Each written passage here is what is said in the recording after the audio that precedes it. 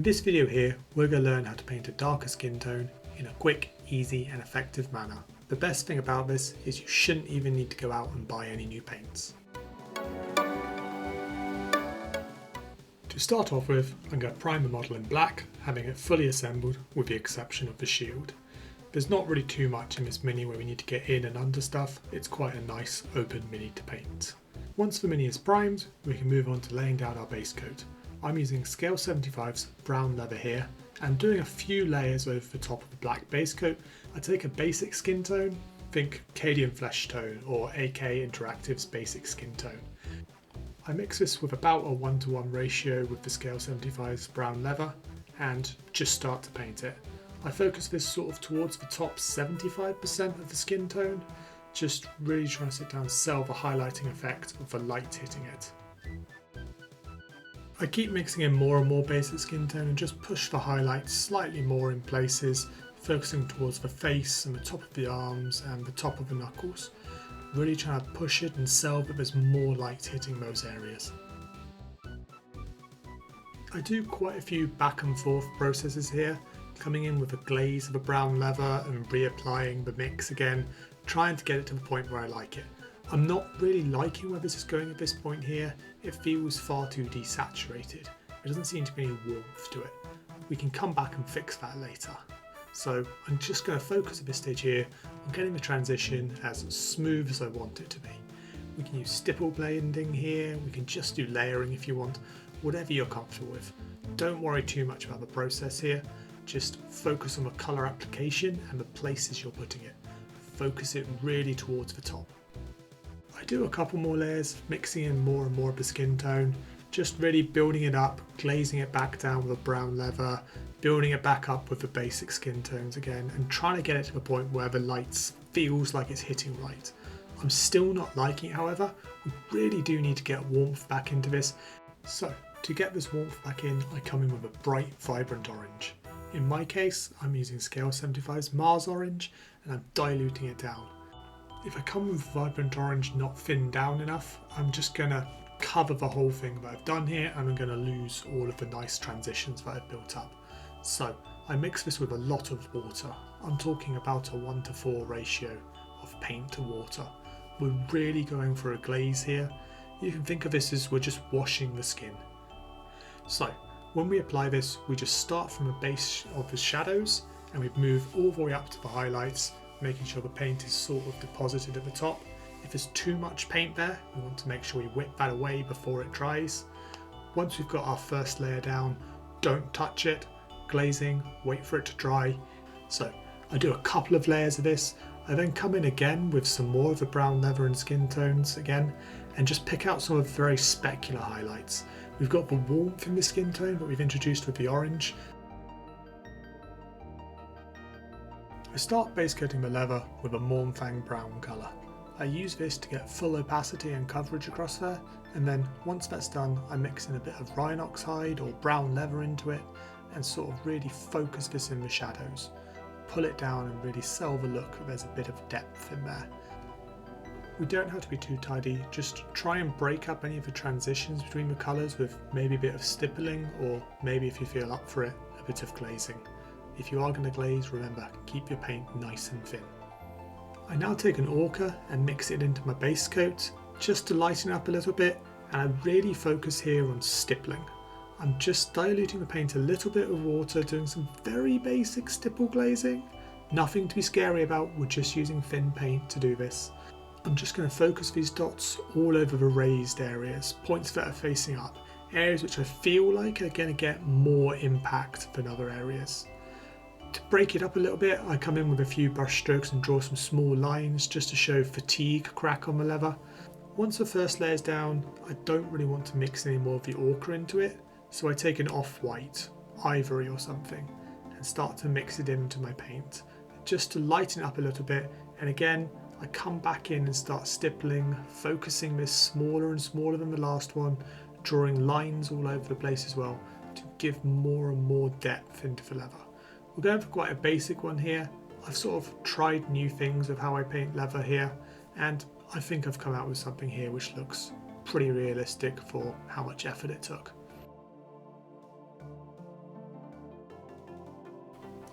We can now move on to painting the blue cloth. For this, I'm coming in base coating everything with a dark sea blue and just making sure again I get the full coverage. Here I don't have to worry too much about covering fully into the shadows. Anything I don't cover there is just going to add a bit of extra depth into it. I now take blue-green and mix that into the dark sea blue and start to highlight it up in about a 1:1 ratio. I focus this very much in just very simple basic stippling. It's my favourite technique at this point here. It just gives so much interest and sells texture and cloth looks so well. I focus this towards the raised areas of the blue, building it up over a couple of different layers, adding in slightly more and more of the blue-green. This is quite a fast technique when it comes to painting.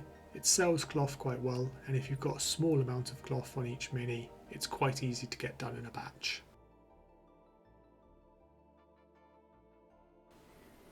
I now want to move on to inking in the shadows. For this one here, I'm feeling like I need to show a bit more depth and a bit more interest in some of the shadows.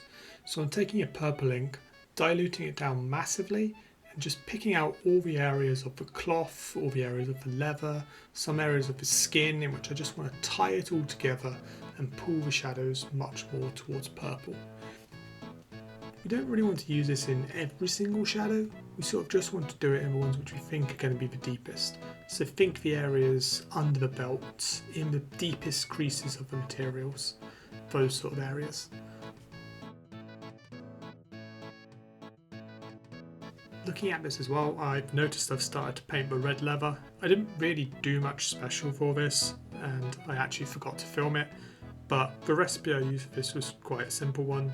I took a deep dark red, mixing a bit of black, then I started highlighting it up by mixing in more and more white sands or ivory, just to sell sort of a reddy leather look. I used all the same techniques I used in the leather in this process here, just with different colours. I've been painting a lot of non-metallic metal recently, and I wanted to do something a little bit easier for this, but I also really want to sit down and take a lot of the learnings I've learned from that, where we position highlights in there where we want them to be. Just in this case here, rather than using lighter and lighter paints, I'm just going to use a different colour of a metallic paint. So I base coat everything with a dark metallic. This one here is dark silver from Monument Hobbies, but any dark metal will do. Make sure we get some good opacity in the coverage and cover all the bits we want to cover. Make sure we get into the recesses and everything. To save yourself getting overwhelmed in some really quite detailed minis, we can paint a lot of items the same. In this case here, I've noticed he's got the sort of raven skull and he's got the rune around his chest, and I didn't really want to sit down and have to bait out a way to paint a stone and then find a way to paint a bone as well. So I've just gone for trying to get the look of them being metallic as well. We're going to differentiate them slightly later on, don't worry. I now move on to trying to highlight the metallics. For this one here I'm going to use a pure silver. This one here is silver from Monument Hobbies. I draw the same sort of patterns I would do with non-metallic metal, focusing on edges, focusing on faces where light will be reflecting into me, and for the sword we can of course use the cheat of the zigzag pattern. I'm trying to make these feel natural. They don't really have to feel supernatural. Because it's metallic anyway, we're going to get random reflections all over there, so there's not too much to worry about. If we feel like the transitions are a bit harsh, the dark silver to the silver is quite a harsh transition with these metallics. We can glaze them. Metallics do glaze. Not super well, but it's something we can do to make them feel a bit more, or rather a bit less jarring between the two colours. So I've done a couple of bits of this on the sword, but not really much more anywhere else on the mini. Finally, to differentiate some of the metallics from other metallics, I've taken that ink and just gone over those areas which I want to be purple. So this is the kneecap, the aforementioned rune around his chest, and the raven skull. Because I knocked it back a bit too much with the ink here, I then have to come back in and re-highlight it back up. It's not too bad a thing. It actually makes it feel like this area is sort of a lighter purple metal rather than just being pure purple, so we still get that reflection from the metallics. After this here, I move on to the hair. The hair I just make sure I base coat with a couple of coats of white before simply coming in with a fluorescent paint. The shield I've painted using the same methods I've used in here for the blue, the silver and the leather for the inside. I didn't really know where I wanted to put this person on a base, so I've sort of left it off for a moment, and that's okay. We don't have to apply everything to a base immediately.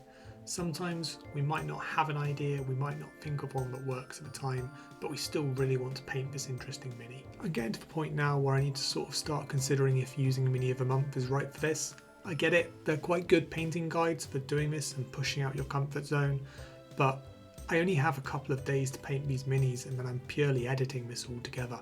I don't have enough time to explore different techniques, different ideas and push myself, as well as report back to you the learnings that I gain. So I'm not sure how much longer we'll continue with Mini of the Month. I've got a couple of ideas of what I want to do. I want to do a bit of a branch away from Warhammer as well. We'll see where this takes us in the next video. After all, this is our journey in paint.